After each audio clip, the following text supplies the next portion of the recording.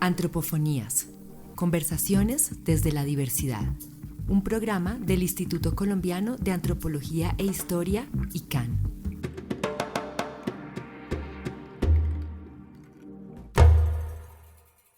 Hola gente, bienvenidos a Antropofonías, el programa radial del Instituto Colombiano de Antropología e Historia. En el episodio de hoy vamos a conversar sobre la historia de los perros y más específicamente sobre el papel que han desempeñado en la construcción social y cultural del país. Los perros han acompañado a las sociedades humanas desde tiempos remotos, como auxiliares de casa, como guardianes, como símbolos de estatus, como fuerza de trabajo y más recientemente como miembros de las familias. Estudiarlos, entonces, no es un capricho anecdótico, es una vía para comprender transformaciones más amplias en nuestras formas de habitar, de producir, de sentir y de imaginar nuestro mundo social. Hola Luisa, ¿pero qué tienen que ver los perros con la nación, con el país? Hola Vladimir, mucho tienen que ver los perros con nuestra historia y con nuestra configuración como nación. Los perros, al igual que la mula, fueron los precursores de la colonización y de la vida campesina. Los perros han sido parte de la policía, de la guerrilla, han sido compañeros de los campesinos y ahora son fundamentalmente mascotas. La función de las razas también ha cambiado, lo mismo que su papel en la sociedad. En estos días, justamente, se viene hablando de la oficialización de una raza de perro colombiana, un perro que habitualmente uno no ve ni en las fincas ni en las calles. Comunidades antropofónicas. Hablar de la historia de los perros en la ciudad permite entender cómo han cambiado las políticas de salud pública y la gestión de la vida animal. Durante mucho tiempo, la sobrepoblación canina se abordó como un problema de higiene y de seguridad humana. Hoy la mirada se amplía hacia el bienestar de los perros como seres sintientes. Paula Rojas, veterinaria de la Fundación Patitas Salvando Vidas, nos habla de la evolución de las técnicas de esterilización, la minimización del dolor y lo que estos cambios revelan sobre una nueva ética frente al mundo animal. Las jornadas de esterilización para perros y gatos en Colombia ha venido evolucionando bastante, especialmente desde el punto de vista médico. Cuando empezó todo el tema de control poblacional a través de las cirugías, el objetivo era operar muchos animales y se hacían técnicas tradicionales como una cirugía con incisiones grandes. Desafortunadamente en algunas campañas no había una esterilidad estricta y el control del dolor no era el más adecuado. Hoy en día hay programas que se llaman High Quality, High Volume, que quieren decir como alto volumen y alta calidad, y técnicas como el Quick Spay.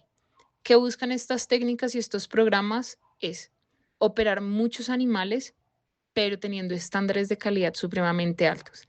Eso se logra a través del uso de campos quirúrgicos y guantes estériles, protocolos de anestesia y analgesia claros y actualizados, monitoreo adecuado del paciente en la cirugía, en la recuperación y el posoperatorio, y hacer incisiones pequeñas.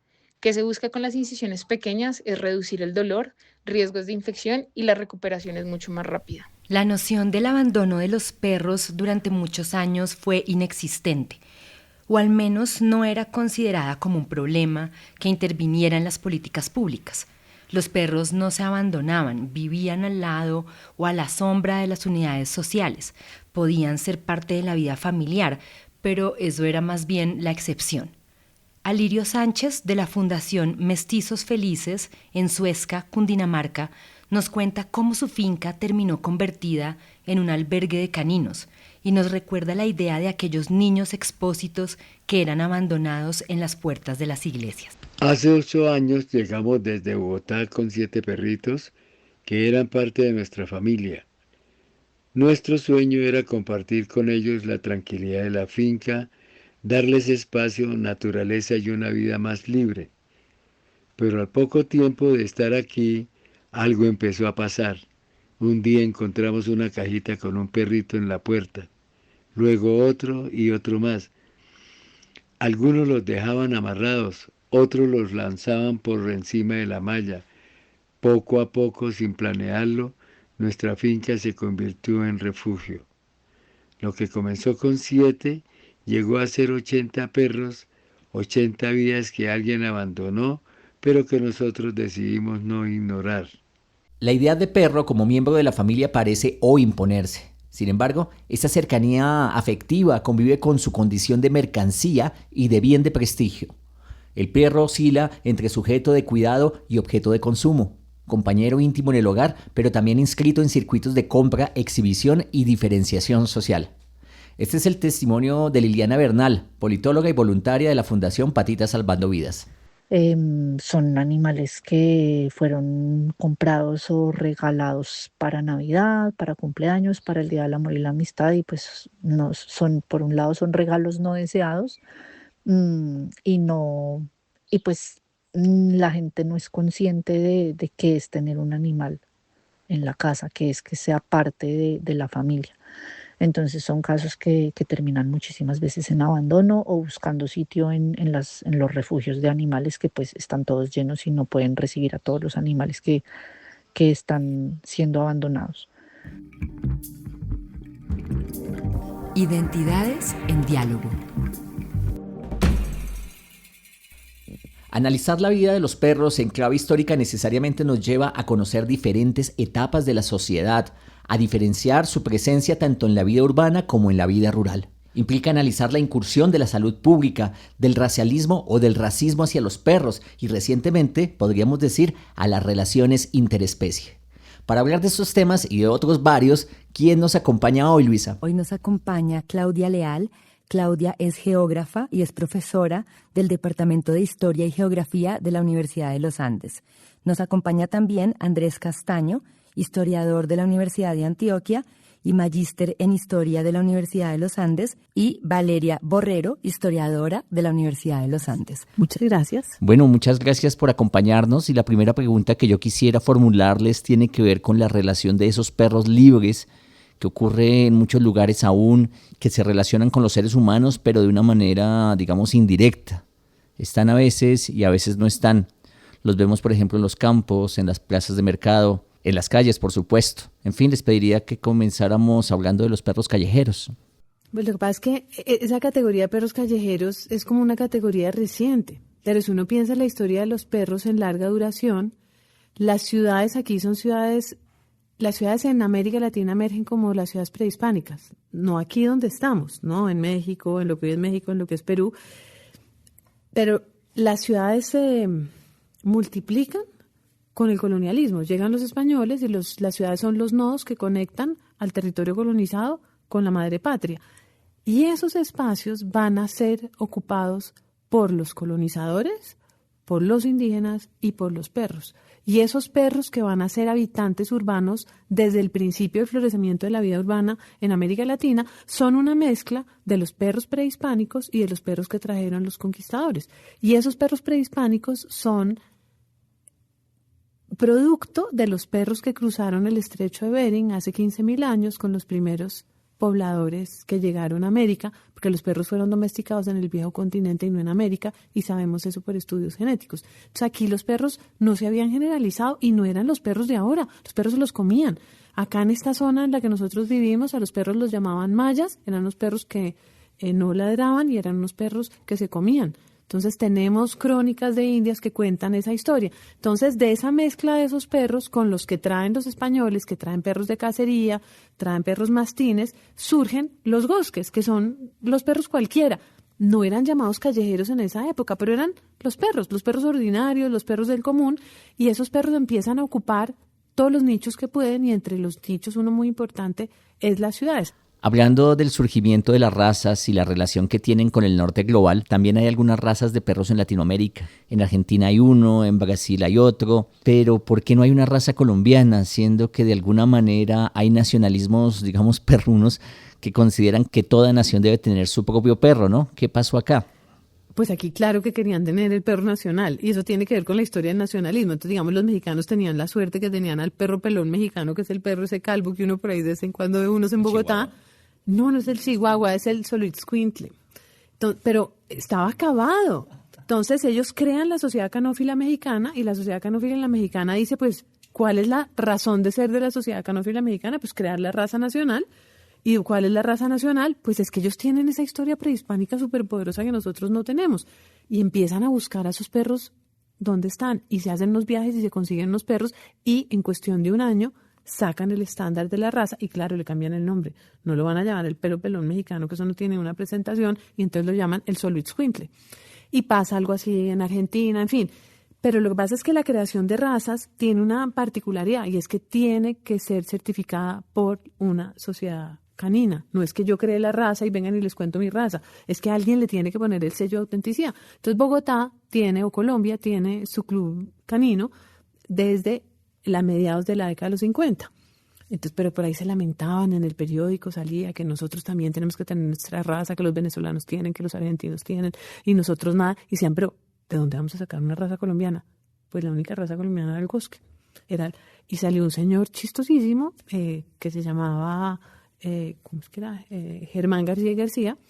Y Germán García y García, que trabajaba con Pacheco en Animalandia. El de Hegar Kennels, exacto. Él era un criador de perros.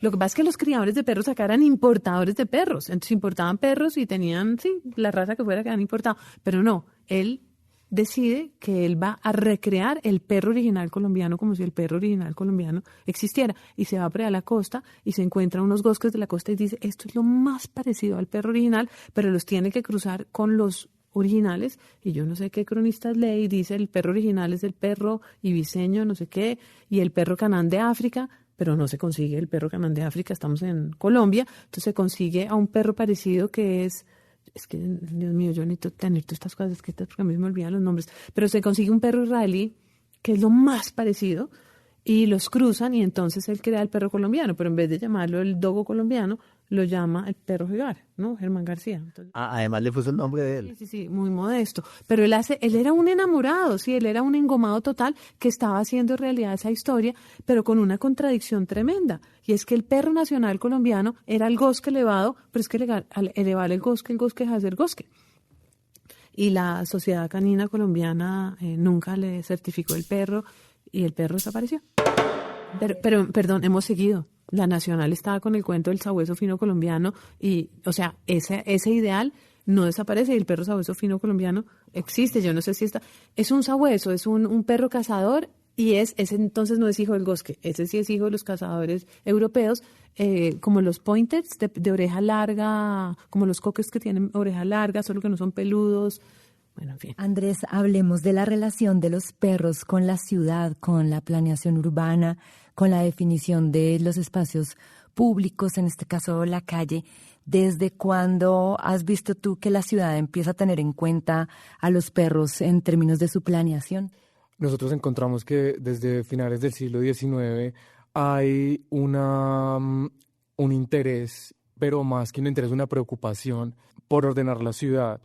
Y en ese ordenamiento de la ciudad está ordenar a los animales y lo que uno podría pensar es como ordenar la vida dentro de la ciudad.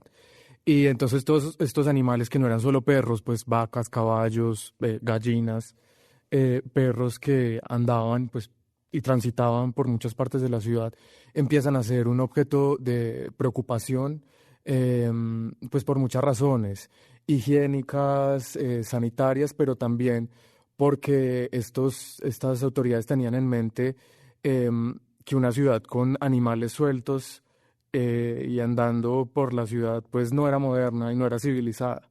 Y entonces a finales del siglo XIX, en la década de 1890, encontramos que pues estos animales primero se prohíbe en el papel y hay algunos intentos y empiezan a recoger, por ejemplo, perros en lo que se llamaba la perrera y los llevaban a un coso. La policía era pues la encargada de recogerlos y vemos que como en 1 o 2 meses recogieron más de 300 perros en las calles, etcétera. Pero pues esto es un proceso muy complicado porque pues la ciudad no tenía las capacidades para que esto fuera una política continua. Valeria, en tu trabajo tú muestras cómo el perro guardián, el perro centinela, luego el perro policía, pues también ha tenido sus perros opuestos, por ejemplo, el perro bandolero.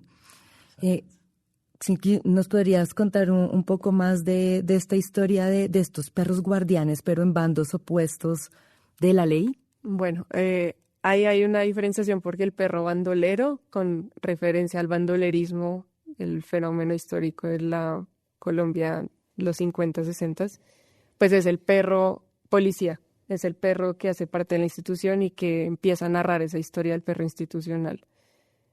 Antes sí había este tipo de perros, aún no tenemos muchas referencias, fuentes, así como testimonios, pero es visible, por ejemplo, en imágenes, imágenes de policías o guardias y tienen un perro al lado. Y lo curioso de estas imágenes es que suelen ser perros que llamamos, o bueno, se llamaban antes gosques.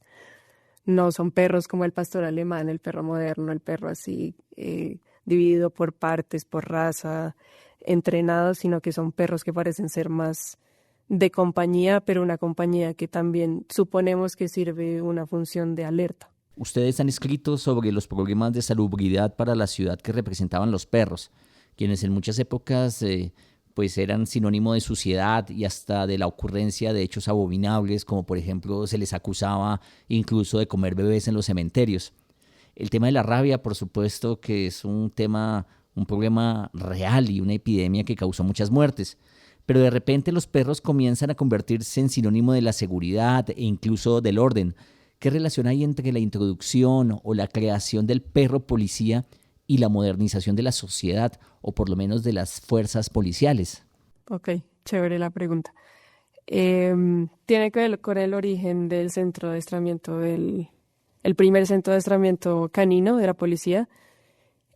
Surgió porque Víctor Delgado Mayarino en los 60s viaja a España en modo de aprender, tal vez de una forma más moderna, técnicas de control de policía, y justo en ese contexto es la Europa modernizada y la España franquista, y eso también tuvo que ver, o bueno, estuvo involucrado con la doctrina alemana. Creo que hablar de modernización también es un tema complejo, pero creo que sí puede ser diciente en el sentido que implica como el entrenamiento de una máquina compleja. Y es algo que en Colombia no había pasado hasta ese momento en que Mayarino se va a España, aprende de los españoles, vuelve a Colombia y empieza a implementar estos métodos que aprende en Europa. Por lo que mencionan, pareciera que hablar de la historia de los perros es hablar de la historia de las razas y de su función social. Pero el perro más popular, el más habitual, es el perro sin raza, sin pedigrí.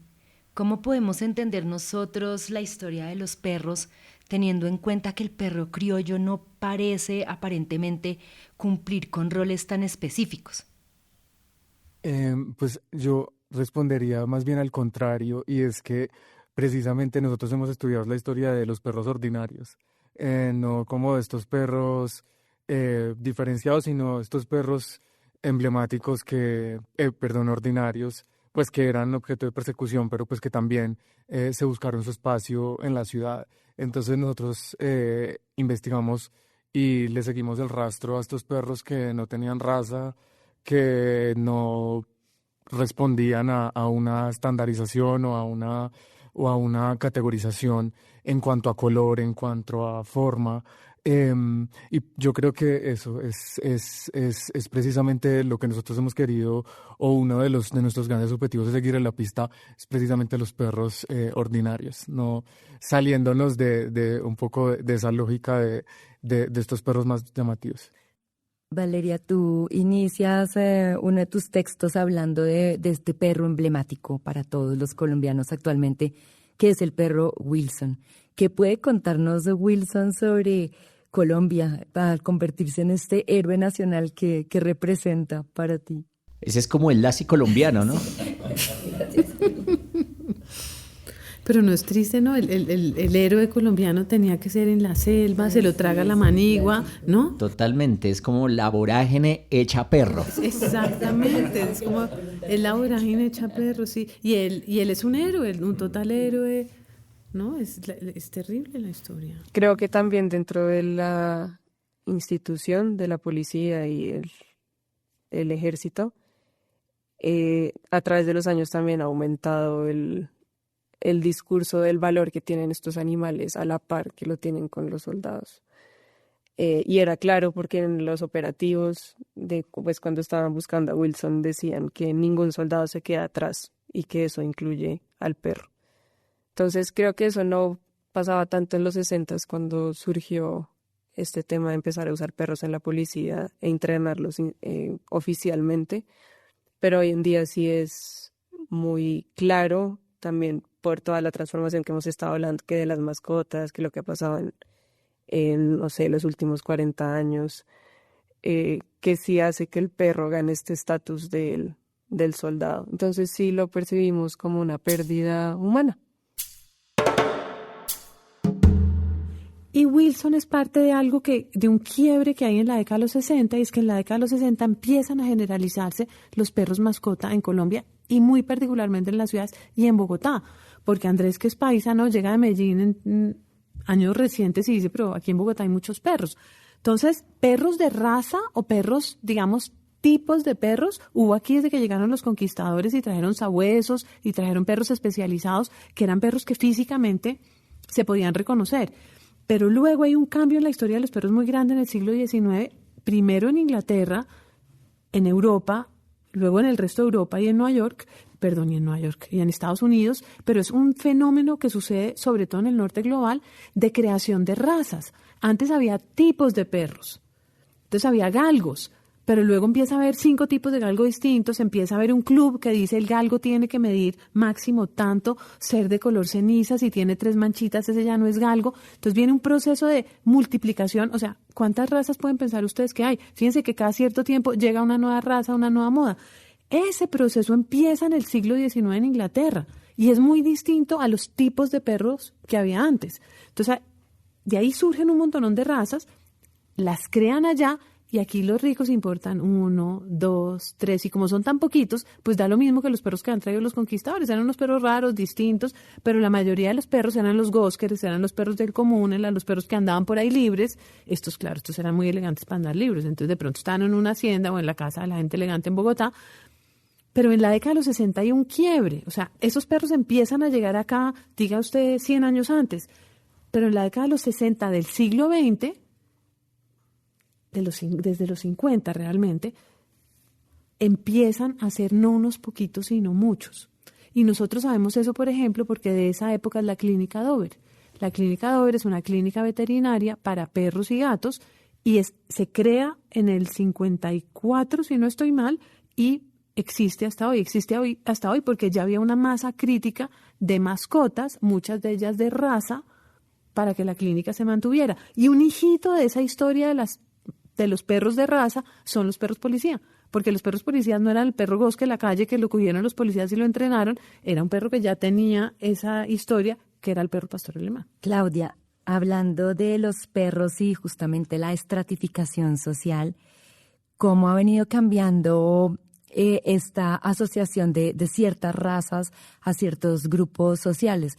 Tú hablabas de los pastores alemanes que hoy son pues muy conocidos en la policía, pero si viéramos en perspectiva histórica cuáles han sido esas razas o esos tipos de perros asociados a las élites y cuáles no. ¿Hay perros de clase media o eso cómo ha venido cambiando? No, lo que pasa es que los perros más elegantes son los perros que tienen papeles. Entonces los perros que tienen papeles se compran y se venden, son los perros pues más elegantes. Y los tiene solamente la gente que puede darse el lujo de importar o de comprar esos perros, y las modas de esos perros han cambiado.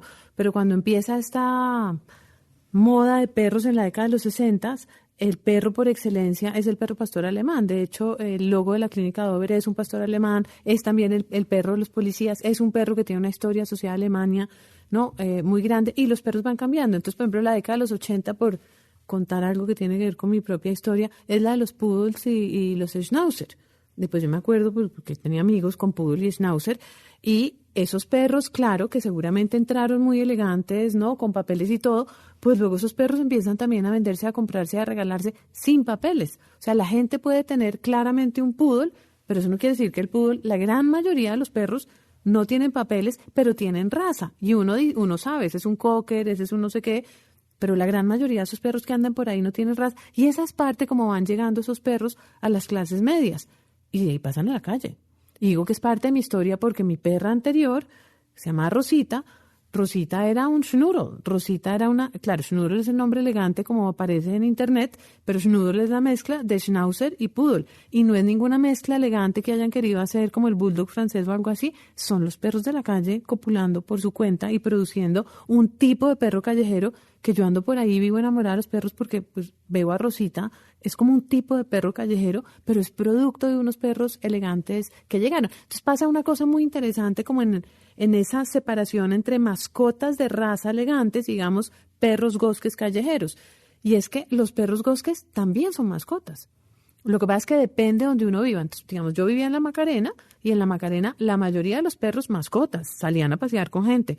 Eran perros gosques. Había unos poquitos perros de raza. Ahora vivo elegantísima en Rosales y la cosa se invirtió. La gran mayoría de los perros son mascotas, pero también en estrato 6 hay gente que tiene perros que son gosques. Y por el otro lado, si uno va a las calles, los perros que rescatan las organizaciones y ese tipo de cosas, los que cuentan porque ha habido conteos de perros callejeros y también los clasifican. Y los clasifican, claro, la mayoría de los de la calle son gosques, pero también dicen, este es un labrador, este es un poodle. Muchos han llegado, hay en todos los niveles de todos los tipos de perro, y eso es algo muy particular nuestro en relación con lo que ha pasado, por ejemplo, en Europa. Un amigo mío, galés, llevó a su perro gosque que encontró acá, se lo llevó a los papás, se los llevó en Gales, y nadie podía, le decían, pero ¿de qué raza es el perro? Entonces la mamá decía, no, pues este perro lo trajo mi hijo que vivía en Colombia y no tiene raza, que iba a decir que era gosque, yo creo que ni la palabra la conocía. A la octava vez que le preguntaron de qué raza era, dijo, este es un Colombian Street Dog. Y ya, entonces ya tenía raza y ya dejaron de preguntar, y el Colombian Street Dog de las calles de Gales, porque lo que pasa es que empezamos, fíjense ustedes, uno dice, ¿qué tipo de perro tienes? Y uno que se espera que le respondan, no, es que el mío es un cocker, es un no sé qué. Uno piensa los perros en términos de raza. Eso es una cosa de los últimos 100 años, y los perros fueron el primer animal domesticado hace 18.000 años o más. O sea, es el último segundito esta moda con la que nosotros entendemos a los animales. Hablemos de los perros estigmatizados, del llamado perro chandoso, del perro sarnoso. ¿De dónde vienen esos calificativos que pues evidentemente evocan cierto clasismo, digamos, o una clasificación de los tenedores de los perros? Sarna es la forma genérica para referirse a las enfermedades de la piel de los perros. Entonces, pues perro sarnoso quiere decir perro que se rasca, perro que tiene parches, ¿no? Perro enfermo. Y chandoso quiere decir lo mismo porque chanda y sarna son sinónimos. Entonces, no, el perro chandoso y el perro sarnoso es el perro ordinario, feo, es una palabra despectiva. Pero gosque también es una palabra despectiva. Gosque es una palabra española con la que se designaba a los perros chiquitos que ladraban y nadie callaba. Eran como los perros maluquitos, los que no eran los sabuesos, los que no eran los mastines, que eran cazadores o que eran ovejeros, ¿cierto? Eran los perros del común, hartos, que nadie quería. Entonces, esa palabra llega con los conquistadores, ya no para designar a los gosques españoles, sino para designar a los perros nativos. Entonces, los perros nativos empiezan a volverse gosques, y claro, esa palabra, todos los países tienen su nombre para llamar a los perros del común. Gosque fue el que quedó aquí en Bogotá, porque ni siquiera es común para toda Colombia. Y entonces quiltros o quiltros es como los llaman en Chile y así, ¿no? Cada país tiene su forma de llamarlos. Y esa forma es despectiva. Entonces, bien interesante es el cambio que hay. A mí me llama la atención porque yo aprendí la palabra gosque de mi papá. Mi papá adoraba los perros y entonces para mí gosque no es despectivo. O sea, para mí gosque era como uno llamaba al perro que no tenía raza. Es cariñoso también, exacto. Pero yo hablo con mis estudiantes y no saben qué es gosque. O sea, algo pasó en el cambio generacional que esa palabra no siguió. ¿Cómo llamamos nosotros a los perros del común ahorita? Criollos.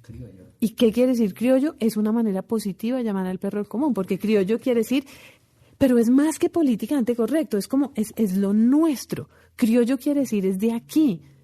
Es de aquí, es bien. Es de aquí, es positivo. No es sarnoso el enfermo. Entonces, hay ese intento de reivindicar a esos perros a través del nombre, pero lo lindo es que el presidente no sé quién o el consejo, nadie dijo, y ahora llamaremos a los sarnosos criollos. Es algo que produce, ¿no? Que sucede como naturalmente, que es muy bonito. Es un proceso de reivindicación popular, digamos. Qué interesante. Me gustaría preguntarles sobre los derechos de los animales.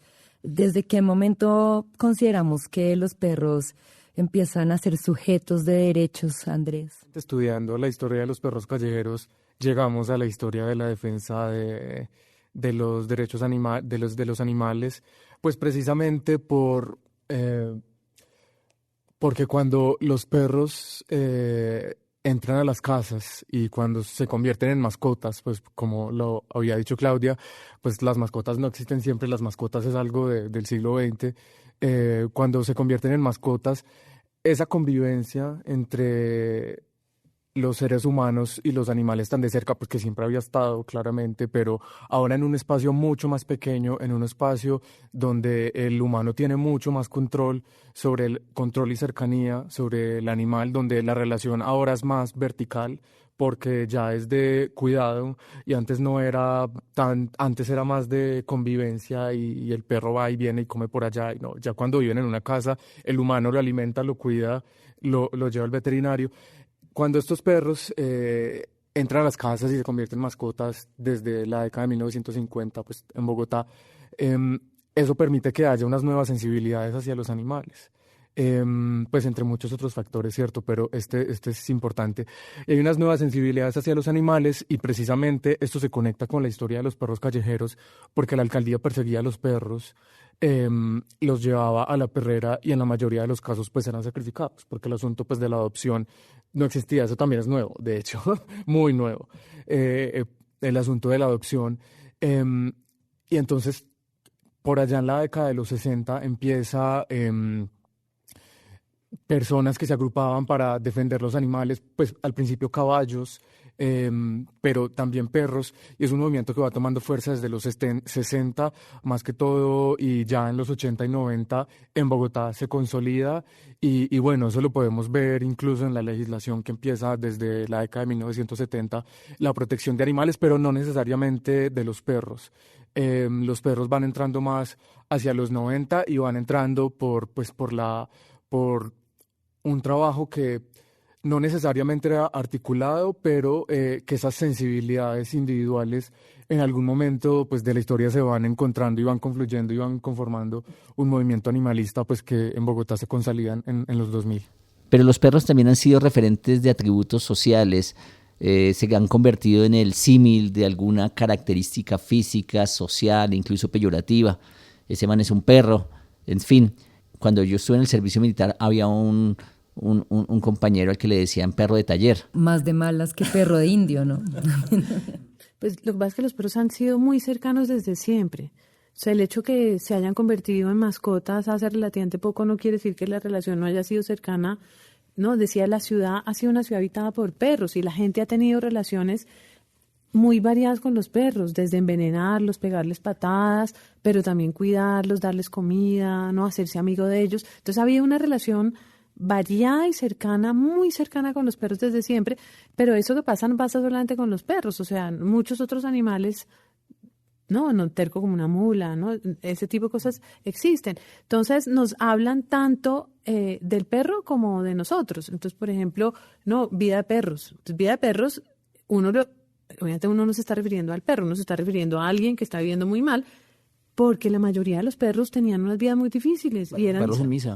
No, como un perro en misa, le fue pésimo. Entonces, hay muchos dichos asociados con los perros precisamente por la cercanía nuestra con los perros, que no es una cercanía nueva. ¿Cómo entender desde la perspectiva de larga duración que ustedes tienen este fenómeno actual de la humanización absoluta de las mascotas? ¿Ustedes qué piensan de eso, ya que tienen un poco una lectura más amplia que todos nosotros? Pues Luisa, depende de lo que uno esté entendiendo por humanización. Porque entonces si uno dice, si humanización es decir que el perro siente, pues no, eso no es humanización porque los perros sienten. ¿Cierto? Los animales sienten. Entonces, ¿dónde empieza la humanización y dónde hay un cambio más bien a una apertura a qué es un animal y cómo vive un animal? Entonces, yo creo que eso es un poquito complicado. Entonces, de pronto uno dice, bueno, la humanización es que lo estoy vistiendo de niño, ¿cierto? Que lo estoy sacando en un carrito. Entonces, yo no sé si a mí me parece que la humanización sea la mejor manera, la palabra humanización sea la mejor manera de entender el fenómeno. Yo lo que creo es que hay un cambio de la manera como nos relacionamos con los perros. Pero yo creo que de todas maneras siguen siendo perros, es una forma distinta de relacionarnos con ellos. Entonces, pero esto mismo es algo que se ha discutido desde hace mucho tiempo. En la tesis de Andrés, por ejemplo, ¿por qué no cuenta usted la historia de la señora de la tesis, que sirve para entender cómo lo que nos podía parecer, a la gente le parecía ridículo antes, a nosotros nos puede parecer de lo más normal, y no era tachado de humanización, pero era condenado de una manera distinta. Entonces yo creo que para mí lo más interesante es entender cómo es el cambio y por qué sea el cambio y qué significa, y ese cambio qué hace en la manera en que nosotros pensamos. Entonces eso que los animales tengan derechos y todo eso tiene que ver justamente con eso. Y yo creo que el cambio en la manera como nos relacionamos con los perros, es que los perros, mi papá tendría 88 años si estuviera vivo. Él tuvo animales de chiquito, vivían en la casa, pero la relación era muy distinta. No iba al veterinario, no lo sacaban a pasear, no le recogían el popó. Entonces, ha habido cambios en esa forma, y esos cambios hacen no solamente que cambiemos nuestra idea general de cómo deberían vivir todos los perros. Entonces, ahora el perro que vive en la calle nos parece la cosa más terrible. El perro que vive en la calle vive libre. El perro que vive en la calle no está encerrado ni dependiendo de que uno llegue a sacarlo, no le toca salir con correa. O sea, no voy a decir que sea la vida perfecta, pero pues la vida perfecta del que vive en la casa tampoco es la vida perfecta. Pero sí nos cambia a nosotros la idea de cómo deberían ser las cosas. Y nos cambia la idea de cómo debería vivir el perro y cómo deberían de vivir de paso todos los animales, porque nosotros ya no vivimos con ningún otro animal más. Entonces el perro es nuestra forma de ver a todos los demás animales. Entonces yo creo que si uno quiere entender el movimiento animalista, hay que entender la historia de las mascotas, porque la historia de las mascotas cambió nuestra sensibilidad, y el ejemplo de Andrés es súper bonito. Bueno, es que cuando estaba haciendo mi tesis, pues que no era de historia de los animales, estaba estudiando un caso de una señora en Antioquia, pues que tenía, pues era muy rica y era viuda y no tenía descendientes, y entonces ella, y pues cuando estaba vivo su esposo, tenían a cientos de personas esclavizadas, tenían como 120 personas esclavizadas, y entonces la señora en su testamento les otorgó la libertad a más de 120 personas, lo cual fue un acto pues revolucionario y paradigmático. Pero el asunto con los perros tiene que ver con que para que la señora no pudiera darle la libertad a sus esclavizados, pues porque mucha gente se opuso, porque querían pues disponer de sus riquezas y de estas personas esclavizadas, a ella le hacen un juicio por locura, pues porque querían probar que estaba loca, porque quien va a liberar a más de 120 esclavos porque sí, solo porque los quiere. Y entonces pues en ese interrogatorio, una de las preguntas para probar que estaba loca era que le preguntaban si era verdad que ella dormía en su cama con perros.